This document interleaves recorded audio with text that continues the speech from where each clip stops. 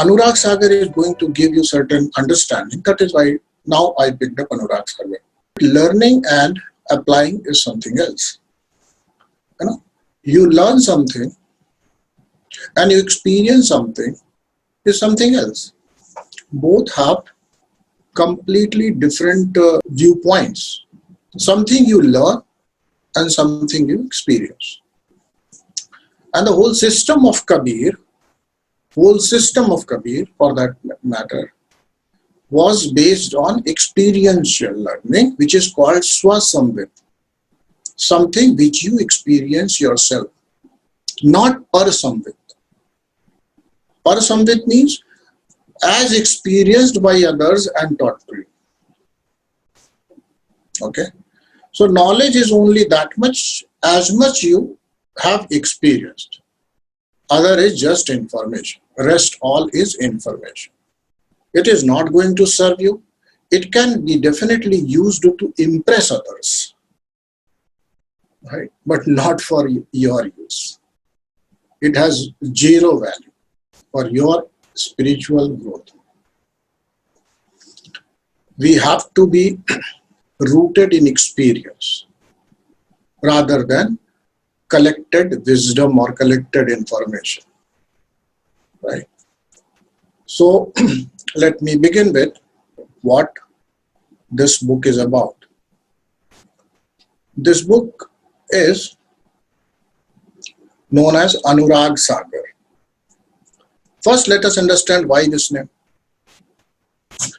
Anurag Sagar means ocean of love. It is not rag, it is anurag. Okay, there is a difference. For rag, there is an opposite which is called dvesha. But for anurag, either it exists or it does not. Right? Correct? For example, you may like a person, then you can definitely dislike a person. But if you love a person, there is no chance that you can dislike or reject that person. This is the difference. Prem has no opposite. Love has no opposite. You people think that love has opposite called hate. No. When you like something, then you can hate something. But if you love something, there is no opposite. You can't do anything opposite to love. Either it is there or its absence might be there, but it cannot be replaced by something which is diametrically opposite to what love is. Right? So Anurag Sagar means ocean of love. Okay? Now, whom you should love, about whom this love should be, and what this is going to give us if we actually fall in that kind of oceanic love. Spirituality begins with self-love.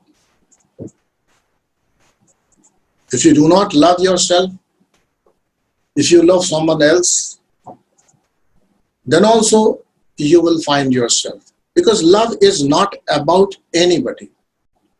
Love is an experience. Love is not about anyone. It is a way of your being. Understand? It may have accidentally triggered, it may have accidentally come to your experience, notice, because, and you can say because, right? You may put a because, but there is no because. If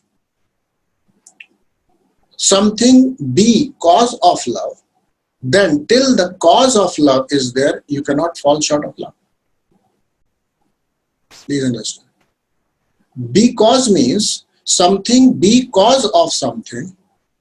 If love is, for love, something is cause of it, that means, let's say a person. A person be the cause of love. that means person because of love, then you should not come out of that feeling till the person is there. Right? But you don't see that happening. Simply it means it is not because of anything.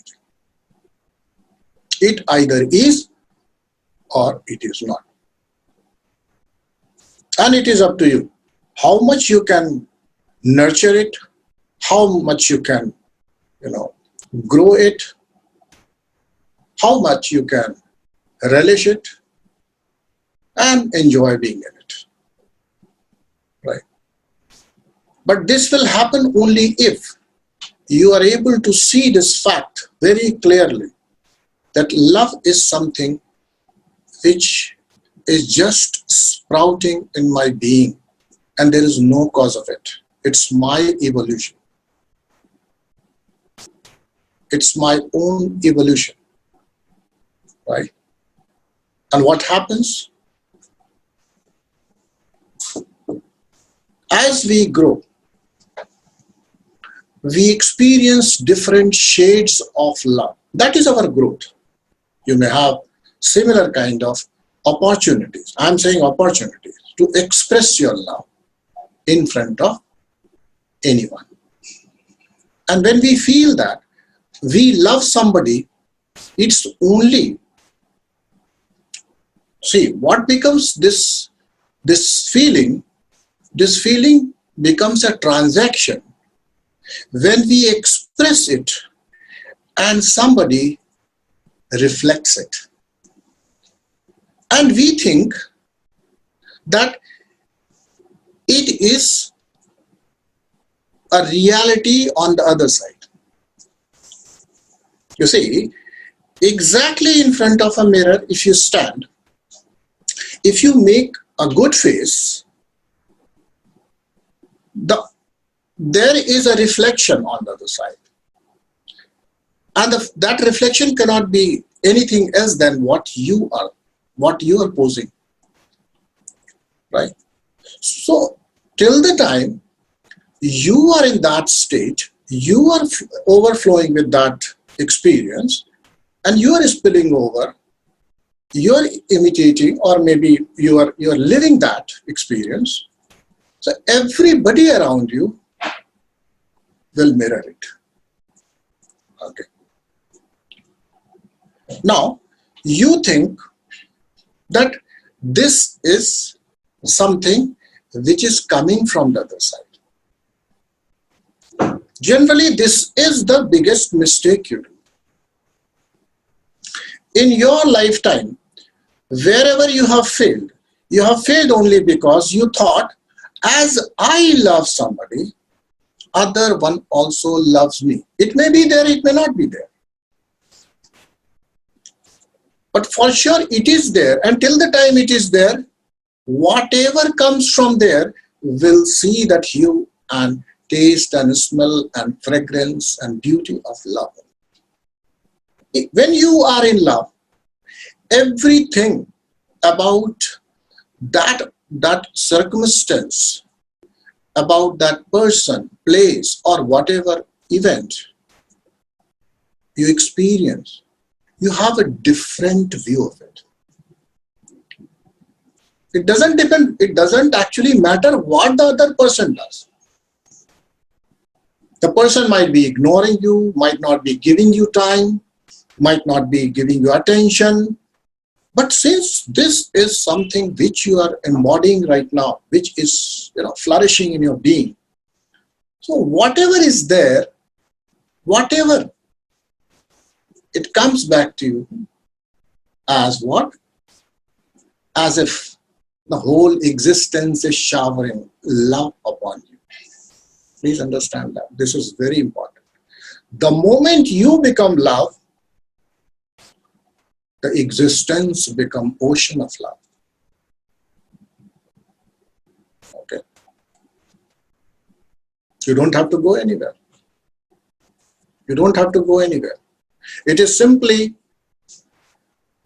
if you light up a lamp against thousands of mirrors or 1 lakh mirrors or 1 crore mirrors. The same flame, the same light, the same radiance will be reflected everywhere. Remember your days when you were in love.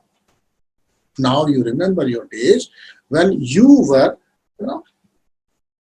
you were growing in love. But what happens when we start thinking that this is a transactional thing, it is a give and take thing, then you fall in love. Understand? Okay. Initially, you rose in love. Initially, you experienced an elevation. You experienced exaltation of your being.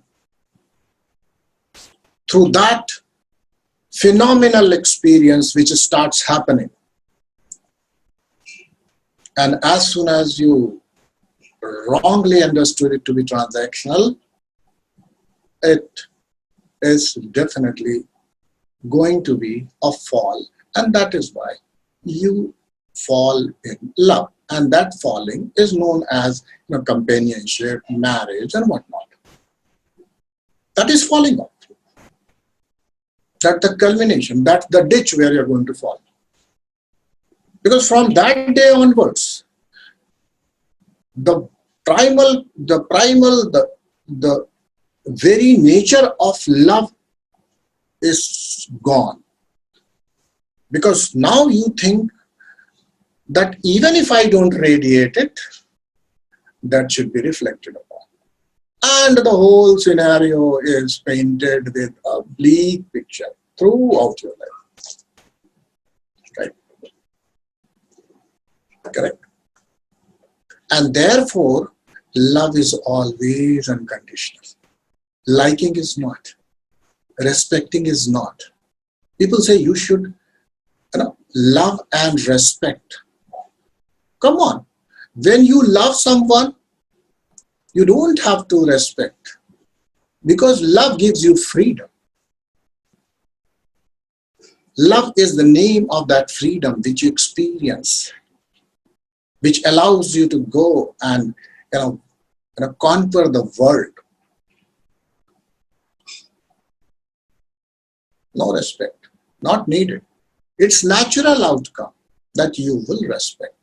You will honor somebody's limitations. You will respect or you will recognize and this is not because you are becoming generous. It's only because you are experiencing that love. No generosity. When a mother is in so-called, there is this shade of love which is called motherly love. And this motherly love never dies. Even if the son becomes a criminal, it doesn't die. Even if the son has done a rape or murder, then also it doesn't die. I mean, there is always an undercurrent of that love. Right? It never dies. A mother always wants, good things should happen to the kids. This is what it is. But this is something which is biologically or innately embedded in your being. This kind of love continues to be exhibiting even in animal kingdom till the time they think they are kids. Because animals grow very fast and therefore what happens, immediately they become adult in very, very less time and very short span of time. Those kids do not remain a kid, right? And you can actually see them and they start looking exactly as an adult, right? Right? And as soon as they become adult, this is diminished. This feeling, even in animals, it is diminished. But here, in humans, because of their mamata, this is mine, which is not in animals. It's only It's only in humans. This is mine. Okay?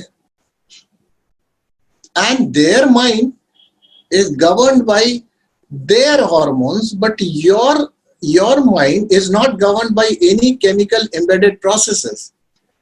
It remains there throughout the life because you do not drop it, because you experience something good out of it. It is a good feeling. You see? Please understand. You do not drop it, not because you are great. Not because you are great. You do not drop it because you are selfish. You feel good in it.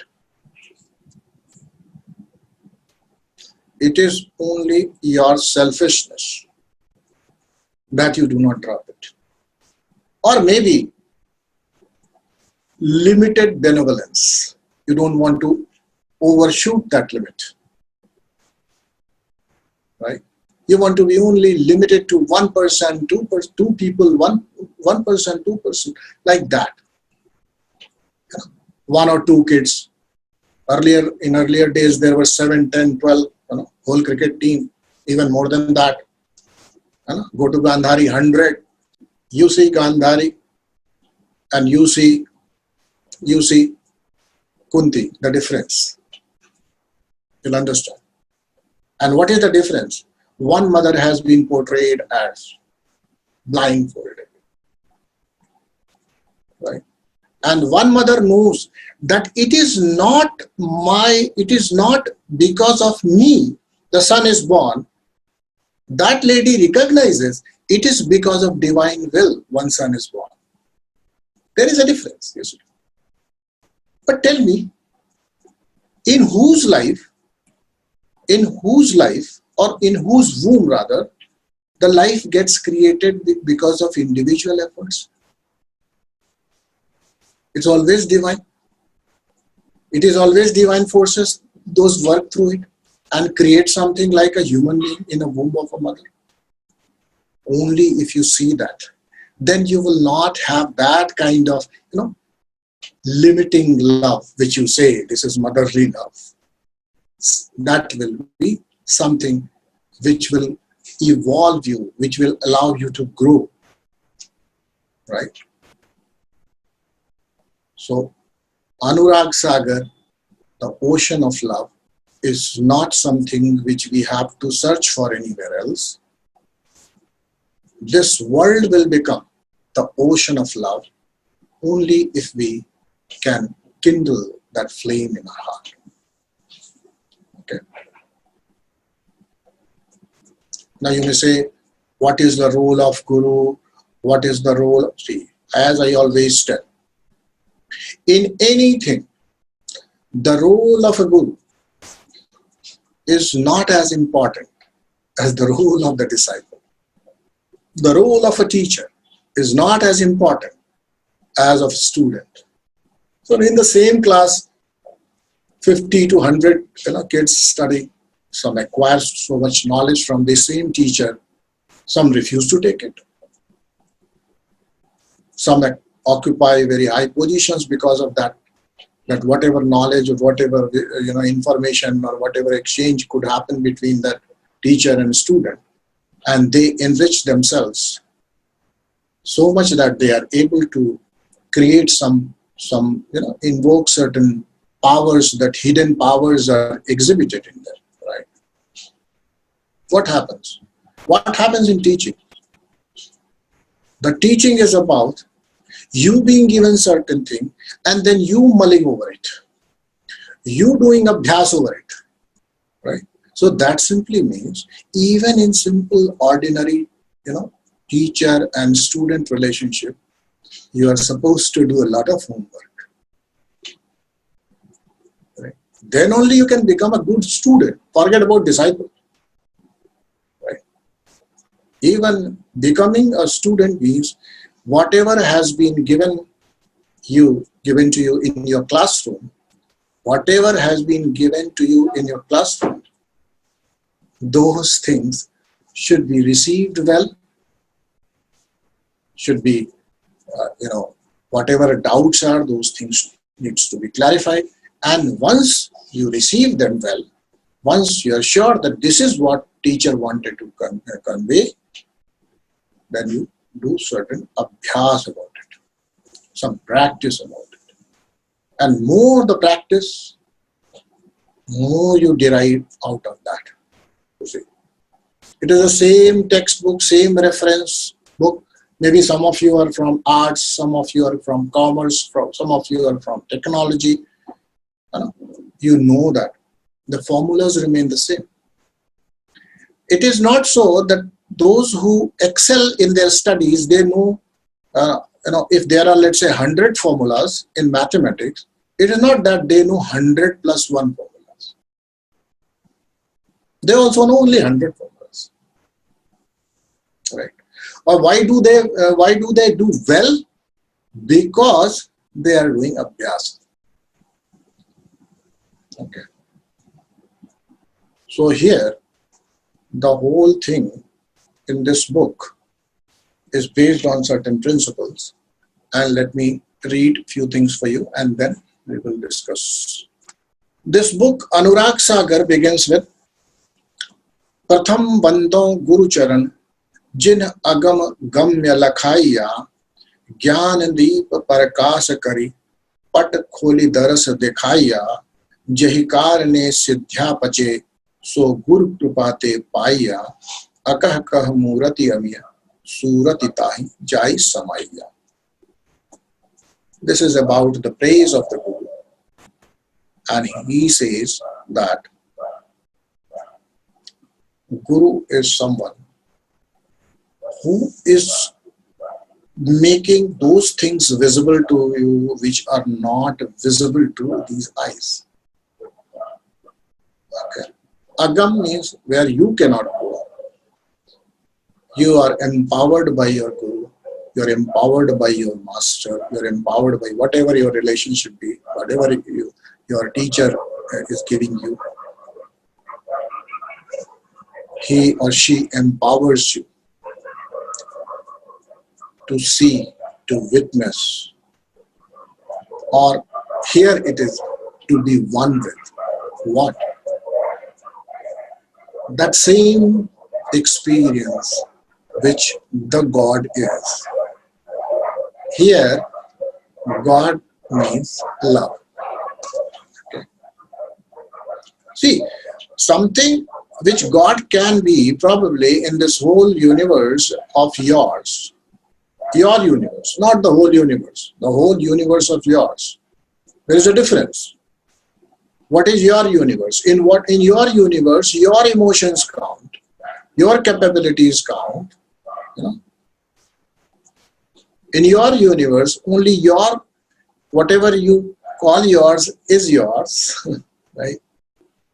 In your universe, be it your power, capacities, abilities, obstacles, whatever, it is your, not anybody else's. So your universe, in your own universe, try to find out what is that 1 or 2 or 3 best things which could happen to you. Now try to find out. Find out. This is needed. This is something which you need to do spontaneously. Try to find out what is that 1, 2, 3. Let's just enumerate 3 things. What are those 3 things which happen to me I really cherish? And I really want that those things should have continued. Because most of those things which happen to you, you lost the trail. But at least you may be having some of the smriti, some of memory about those things. So please, try to find out what are those 2, 3 things which could happen to you. And it should happen to you. Please understand. Because it is about assessing your inner environment. What was the best inner environment for you, and what were those moments when the inner environment was such that it did not matter whether you are going to be living for this 100 years or the death comes right away. Does not matter. Does not matter. And I can tell you, most of you would agree that the best thing which can be said to be the best in all respect, which happens inside us, which is sometime by the grace of God flourishes in us, flowers in us, is love.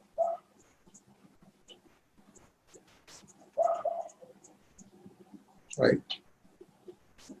That is love. Some people may say Gyan, the knowledge, but that is little dry. Love is more juicy, more enjoyable.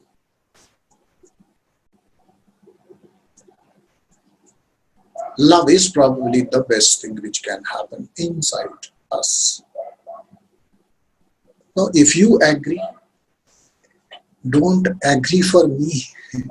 You should be sincere with yourself. Be honest to yourself. To be able to grow, to be able to, again strive for that experience, to get reignited in you.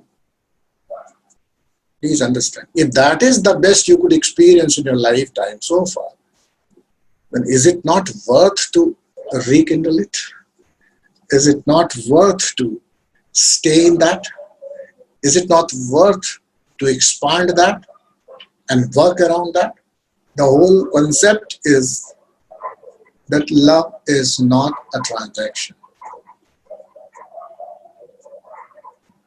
Okay, it's not a transaction.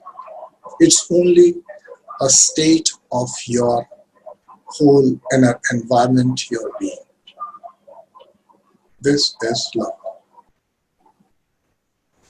Now try to find out what are those essential qualities or essential behavioral traits. You see, how do we approach that state? One is by the grace of divine. How that state is invoked in us? By the grace of divine. He gave you that opportunity. He gave that grace to you. He ignited that flame in you. But you did not honor it. Now God is not going to help. You have to help yourself. Understand? Now why I'm saying so? Because God made some certain arrangements. They may be chemical, they may be anything, they may be linked to your own growth and evolution and anything. God gave you an opportunity. Now you missed out. Now what do you need to do? Now you'll have to unlearn all those, what you call vicious patterns which are there. Those poisoning attitudes, those burdening expectations which not only prohibit you, and rather they put off that love.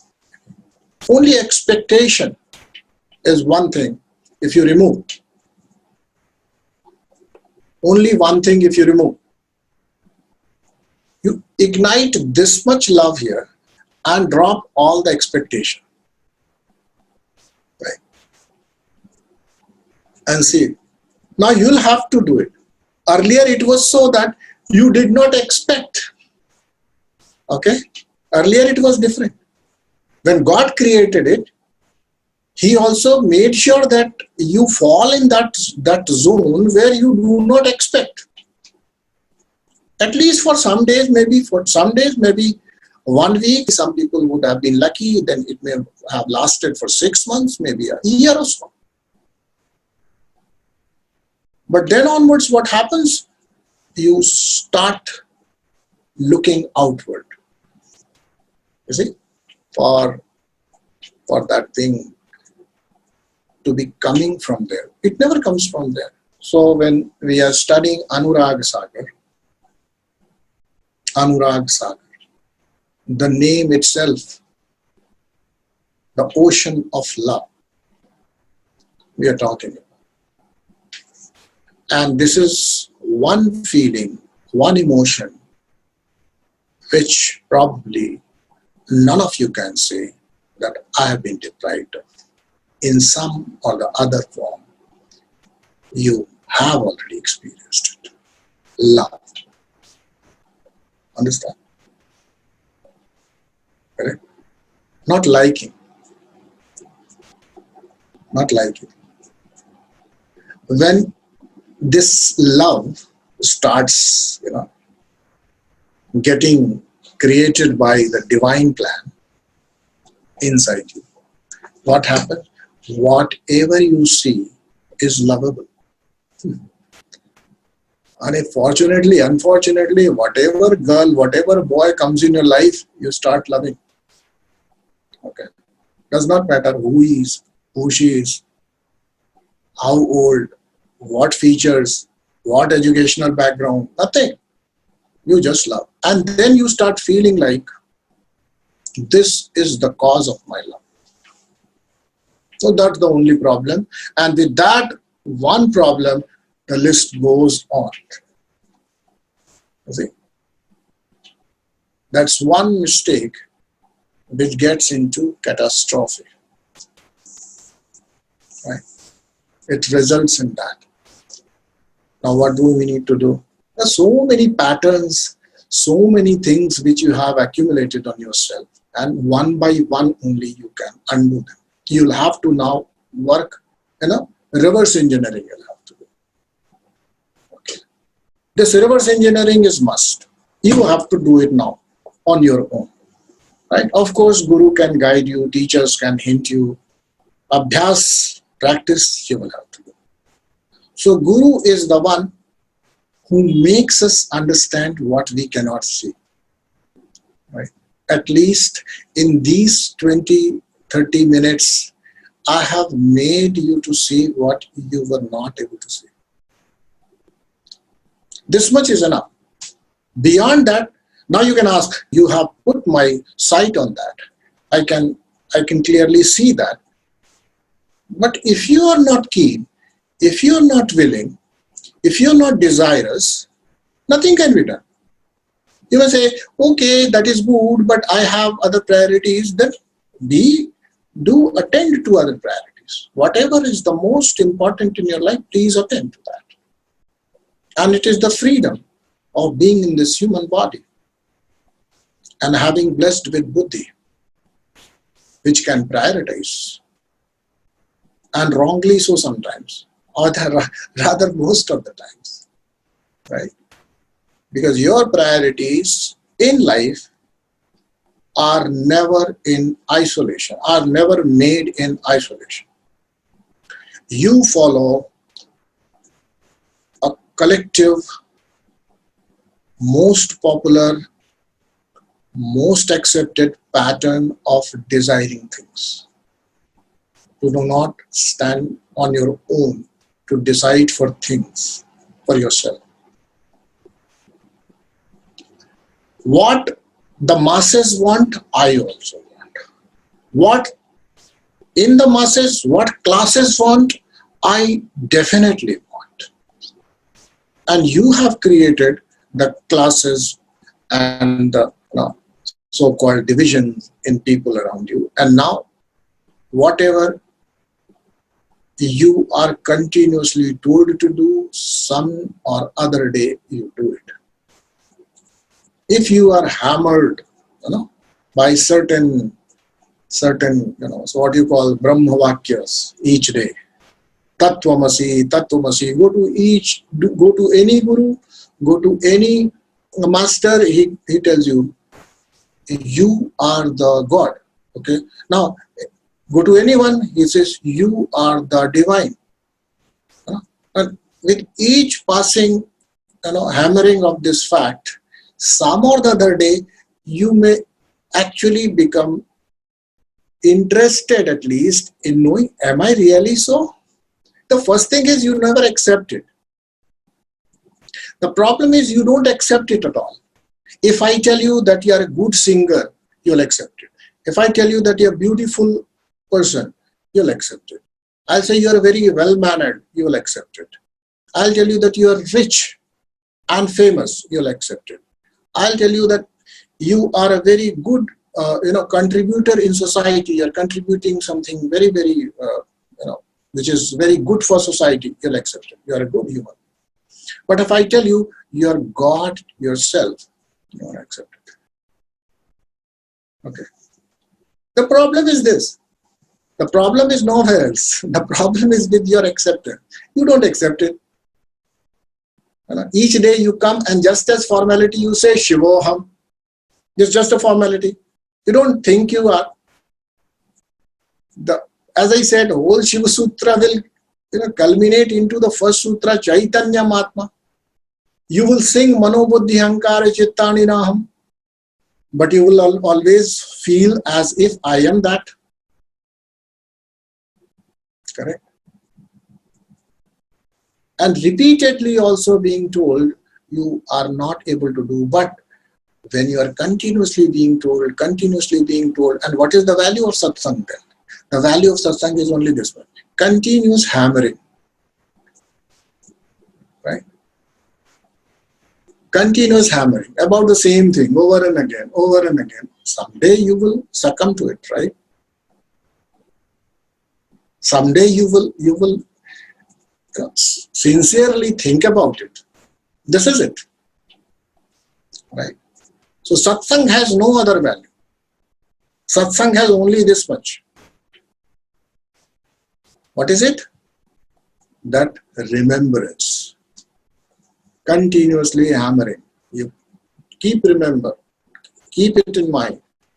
Go back to basics. You are the divine.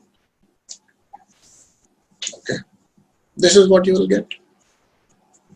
And you can't imitate the divine qualities because they will become burden for you if you have not experienced yourself to be a divine. For example, if I say that start behaving like President of United States, start behaving like President of United States, that means when you move a security, Z plus security moves around you, and you keep a secretary, you maintain a big office and everything. You start behaving like that without being one or without having assumed that position within you. Then it is a burden for you. How long you will be able to afford that Z plus security if you are not yourself legitimately occupying that position of being the President of the United States?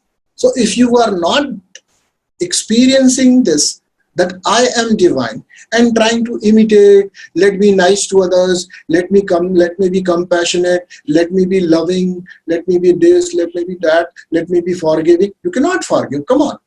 Don't fool yourself. It will become a burden for you. And that is what happens. People come here and they start chanting Shivoham. I mean, this is not the chant given out though, but they, on various occasions when they meet others, similar orientations, people of the same family, when they come across each other, they say Shivoham, Shivoham, Shivoham. And when it comes to any interaction on the ground, they start fighting. So much bad things happen. I feel bad. I cannot forgive. He does that. She does that. This is what happens. Right or not? In your own family, you do each day. Why? Because this is a very expensive way, and of course a burdensome way. Without experiencing or even without being convinced, it will help. If you have not experienced, no problem.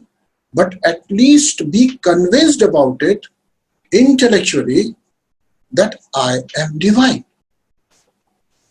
This is help. This is going to be a great help. This conviction will help you in further discovery and experience. But if you are not convinced, not even convinced, not ever given it a thought, I am Shiva, I am Shiva, you just like a parrot, you keep on parroting, without experiencing or without even completely and fully acknowledging it and accepting it, being convinced about it, that I am divine. All these so-called virtues and nobilities are just burden, difficult to follow, right? It's burdensome. Now what happens? In such situations, what happens? On the one side, you think and assume yourself to be an ordinary human being. And this is what exactly. Shivoham, whatever you do, Shivoham. But if I dig down, or the other person by any chance, by any means, scratches you further, then you are convinced deep down, Shivoham is a far off thing for me. I am not yet there. I do not even fully acknowledge it or convinced about it. I have not accepted this fact. And deep down you'll say, you see, Acharyaji, or you see, Guruma, I am not a Siddha as of now. I'm not. I'm an ordinary human being as it.